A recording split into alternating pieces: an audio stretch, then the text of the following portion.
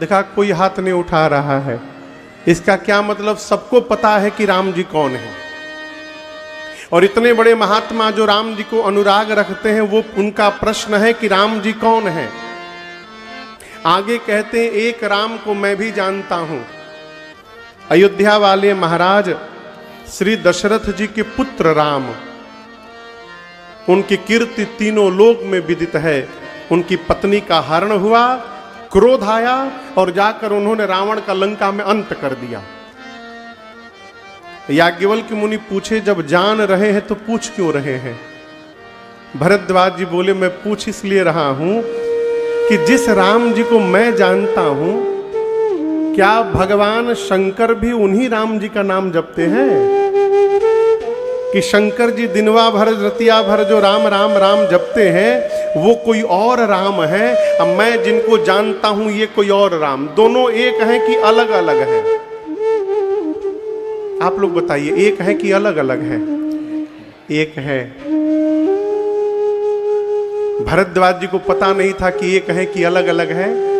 कारण समझिएगा, भक्त वही है जिसके एक एक व्यवहार के केंद्र में भगवान का दर्शन होता रहे।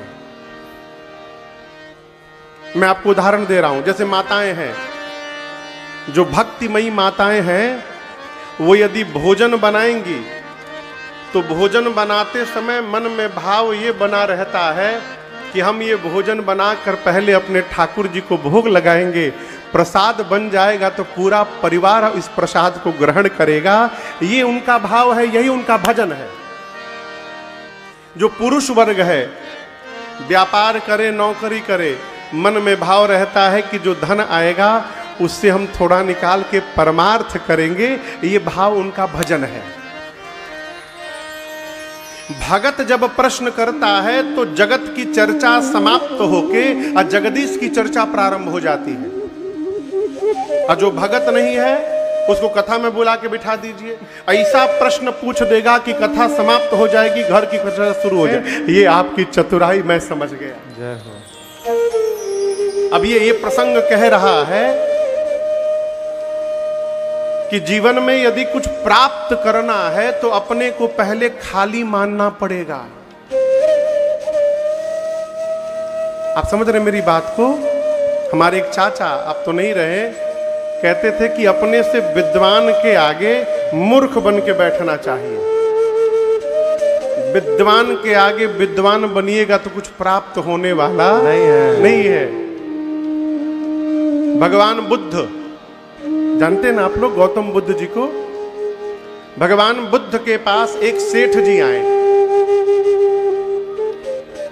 बड़े प्रतिष्ठित व्यक्ति थे नगर के।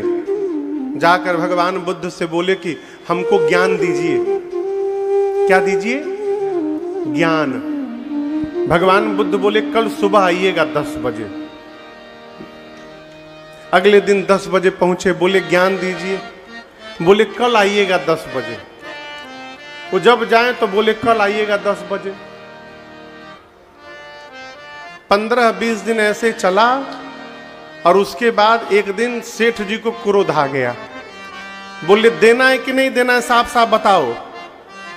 जब आता हूं तो कल सुबह आना 10 बजे। ये क्या तरीका है? भगवान बुद्ध बोले कल दूंगा। बोले मैं नहीं आऊंगा कल। बुद्ध भगवान बोले तुम मत आना, कल 10 बजे मैं तुम्हारे घर आऊंगा और तुम्हारे घर आकर तुमको ज्ञान दूंगा। सेठ जी बोले पक्का? बोले एकदम पक्का, लेकिन एक काम करना, खीर बनवा लेना। क्या बना लेना? खीर। मैंने पहले खीर खाऊंगा और उसके बाद तुमको ज्ञान दूंगा। अगले दिन सेठ जी खीर बनवाए, भगवान बुद्ध चले और जिस बर्तन में भगवान बुद्ध भोजन करते थे, उस बर्तन में रास्ते में चलते हुए कचड़ा उठा उठा के भरने लगे। जहां कोई कचड़ा दिखाई पड़े बर्तन में उठा के भर ले। थोड़ी देर में पात्र भर गया कचड़े से। पहुंचे सेठ जी के घर, बोले खीर बनाए हो? जी बनाया हूं, लाओ पहले। खीर लेकर आए तो भगवान बुद्ध कचड़े वाला बर्तन निकाले। बोले ये मेरा बर्तन है, इसी में मैं भोजन लेता हूं, एक काम करिए सेठ जी, इसी में खीर को डाल दीजिए। सेठ जी मन में सोचे, गलत आदमी से ज्ञान लेने लगा हूं क्या मैं, जिसको इतना ज्ञान नहीं कि इसमें कचड़ा भरा है, खीर कैसे जाएगा। बोले क्या बोल रहे, इसमें कचड़ा है। बोले नहीं, इसी में दे दीजिए। सेठ जी बोले मैं नहीं दूंगा, इसमें कचड़ा खाली कर। बोले नहीं, इसी में दीजिए। 10 मिनट तक बहस चली। सेठ बोला आपको समझ में बात नहीं आ रही है, इसमें कचड़ा भरा है, खीर कैसे दे दूं। भगवान बुद्ध बोले मैं तो समझ गया था, तुम क्यों नहीं समझ रहे हो। जिस प्रकार बर्तन में कचड़ा भरा है, तुम खीर नहीं डाल रहे हो, उसी प्रकार तुम्हारे मन में कचड़ा भरा हुआ है, मैं ज्ञान कैसे दे दूं तुमको। उसको खाली करो पहले। बिना रिक्त हुए कहीं हम भरने वाले नहीं हैं। इसलिए समाज में अपने को सद्गुण से भरना चाहते हैं तो जहां भी जाइए तो रिक्त होकर के जाइए। याज्ञवल्क्य मुनि बोले भरद्वाज जी, भगवान शंकर कैलाश से उतरे एक बार त्रेता युग में, और दंडकारण्य में अगस्त्य मुनि के आश्रम में राम कथा सुनने गए। अभी अभी मैं आप थोड़ी देर पहले आपसे कह रहा था कि कहीं भी जाइए ना तो रिक्त होकर के जाइए, उसका प्रमाण दर्शन करिए। 2 चौपाई हमने गाई अभी, एक में शंकर जी के बारे में बताया, दूसरे में सती मैया के बारे में। एक बार त्रेता युग माहे, एक बार त्रेता युग में शंभु गए कुंभज ऋषि पाहे। अगस्त्य मुनि का नाम है कुंभज मुनि।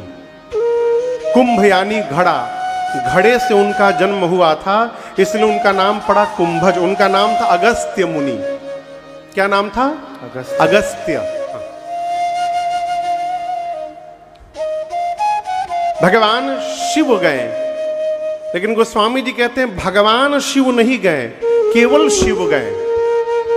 शंभु गए कुंभज ऋषि पाही। गोस्वामी जी ये नहीं लिखे कि महादेव शंभु गए, कैलाशपति शंभु गए, त्रिदेव के शंभु गए, नहीं, केवल शंभु गए, कोनो उपाधि नहीं। एकदम सामान्य श्रोता बन करके भगवान शंकर गए। आप समझ रहे मेरी बात को?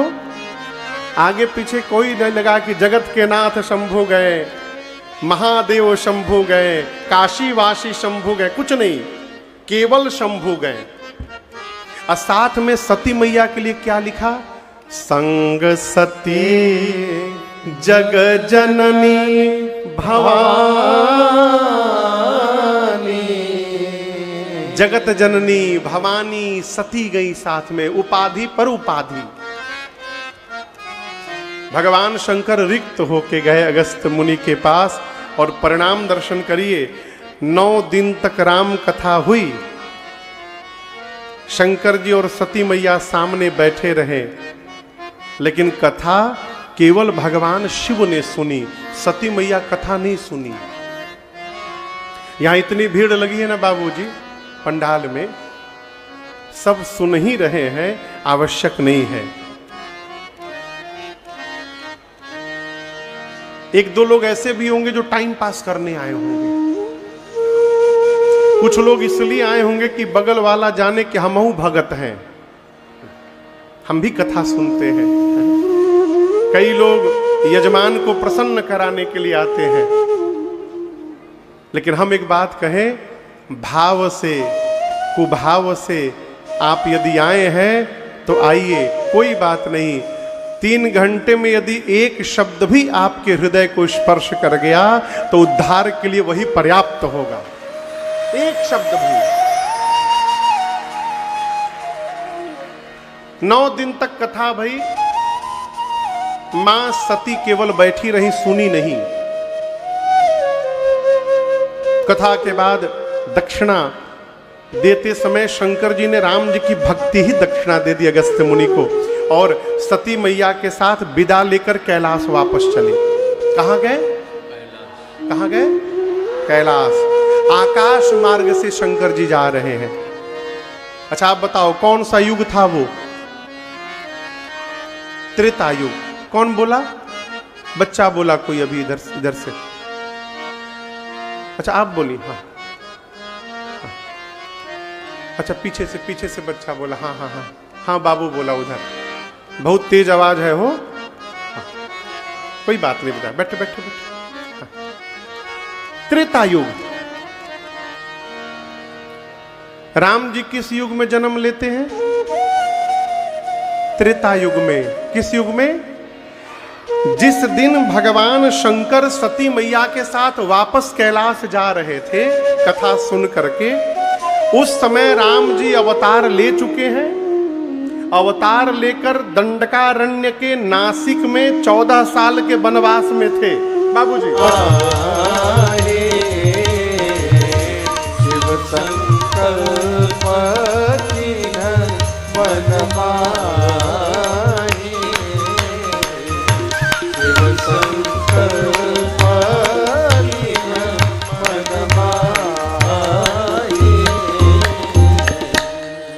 बाबा ने संकल्प कर लिया, जब तक सती इस शरीर में है आज के बाद मेरा और सती का भेंट होने वाला नहीं है। बाबा ने त्याग कर दिया हमेशा के लिए।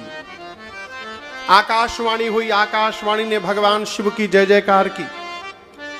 आकाशवाणी ने कहा बाबा आपके अलावा ऐसा प्रतिज्ञा दूसरा कोई कर ही नहीं सकता। सती मैया सुनी प्रतिज्ञा।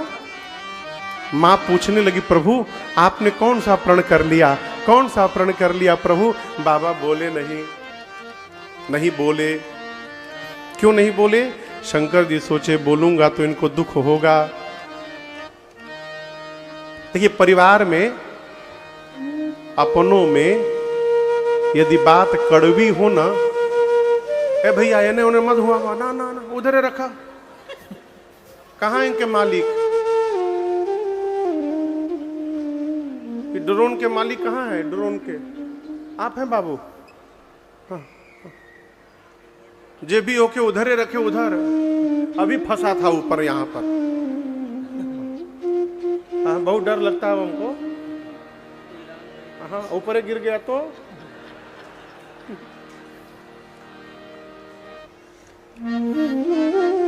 क्या कह रहे थे?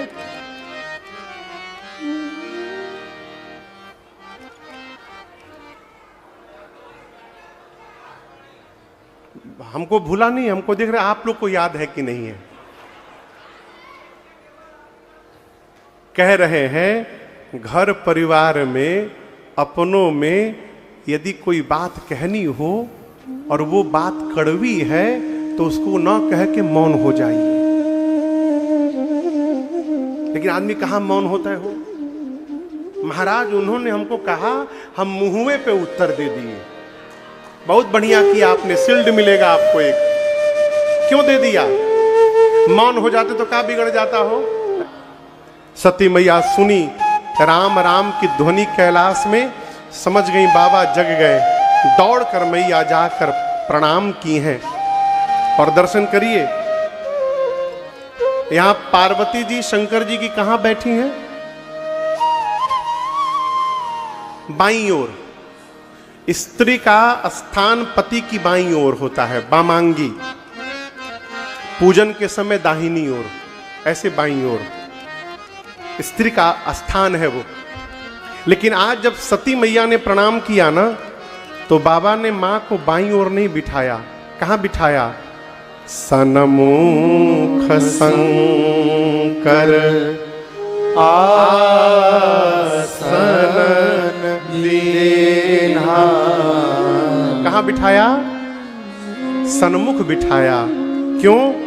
बामांग में बैठने का अधिकार सती मैया समाप्त कर चुकी हैं अपना। बाबा ने उनका त्याग कर दिया है, इसलिए सामने बिठाया।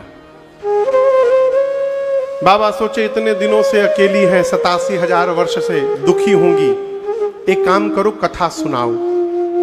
लगे राम जी की कथा सुनाने शंकर जी सती मैया को। ठीक उसी समय देवता विमान पर बैठकर कैलाश के ऊपर से जाने लगे। कहां? सती मैया के पिताजी यज्ञ कर रहे थे, उनका नाम था दक्ष प्रजापति। वो यज्ञ कर रहे थे, उस यज्ञ में भाग लेने के लिए देवता विमान पर बैठ के जाने लगे। आपको बताऊं, दक्ष को बहुत बड़ा अधिकार मिला है। ब्रह्मा जी ने उनको प्रजापति बना दिया है। तो जब प्रजापति बन गए दक्ष, तो अभिमान हुआ। अधिकार मिलने के बाद अभिमान आता है, सबको आता है। किसको नहीं आएगा? जो ये मान करके बैठेगा कि जो अधिकार मिला है ये मेरी मेहनत से नहीं मिला है, ये भगवान की कृपा से प्राप्त हुआ है, उसको अभिमान होने वाला नहीं है। ये तो सबको होगा। और एक बात, शंकर भगवान के ससुर दक्ष शंकर भगवान को ही अपना शत्रु मानते थे। इसलिए यज्ञ में सभी देवताओं को बुलाया, शंकर जी को नहीं बुलाया, अपमानित करने के लिए। सती मैया पूछी, प्रभु ये देवता कहां जा रहे हैं? बाबा ने कहा, आपके पिताजी के घर यज्ञ हो रहा है, उसी में सब लोग जा रहे हैं। मां ने हाथ जोड़ लिया, कहा, प्रभु कथा को बंद करिए। पिता भवन उत्सव परम जो प्रभु आयसु हो, तो मैं जाऊं कृपायतन सादर देखन सो। मां ने कहा, प्रभु पिताजी के घर में उत्सव हो रहा है, यदि आपकी आज्ञा होती तो मैं भी पिता के घर उत्सव देखने चली जाऊं। शंकर भगवान ने कहा, देवी आपने बड़ी अच्छी बात कही, मुझे भी बहुत अच्छा लगा, लेकिन हम एक बात बोलें, आप यदि पिता के घर जाएंगे ना, ये अनुचित होगा, उचित नहीं होगा। क्यों? आपके पिताजी ने हम लोगों को बुलाया नहीं है। न्योता जानते हैं? न्योता समझ रहे हैं ना? शंकर जी बोले, यह अनुचित नहीं नेवत पठावा। आपके पिताजी ने न्योता नहीं भेजा है, जाना अनुचित होगा। यद्यपि 4 स्थान पर बिना बुलाए जाना चाहिए।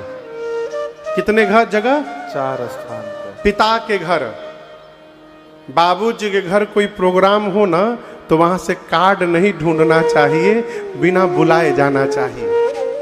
पिता के घर।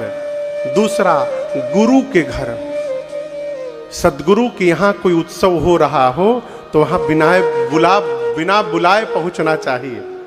तीसरा, स्वामी के घर, यदि अपने स्वामी के घर कुछ हो रहा है उत्सव, बिना बुलाए पहुंचिए। और चौथा, मित्र के घर, जिसको मित्र कह दिया है वहां खड़ा रहना चाहिए बिना बुलाए। 4 जगह बिना बुलाए जाना चाहिए। सती मैया बोली, ठीक, फिर तो पिताजी के घर जाना चाहिए ना।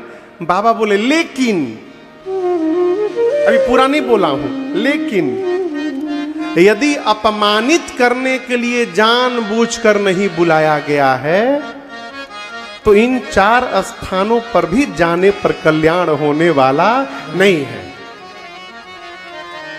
यदि जानबूझकर अपमानित करने के लिए नहीं बुलाया जा रहा है, तो तहां गए कल्याण न हो। वहां जाने पर कल्याण नहीं होगा। देवी नहीं जाना चाहिए। माई मानती नहीं थी बाबा की बात। लोग मिलते हैं, कहते, महाराज हमारी तो घर में कोई सुनता ही नहीं है। आप अपनी बात करें, शंकरी जी की नहीं सुनी जा रही है।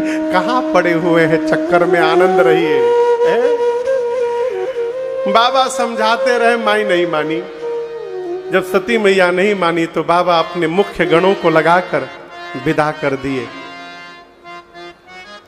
सती मैया गई मैके अपने, और पिता के घर जाते समय बेटी कितने उत्साह में रहती है, हमको बताने की आवश्यकता नहीं, आप सब लोग जानते हैं। पुलक बाबू छोटे भैया बैठे हैं, 80 साल की बूढ़ी माई, घुटने में दर्द, कमर में दर्द। आप केवल नैहर जाने का नाम ले लीजिए।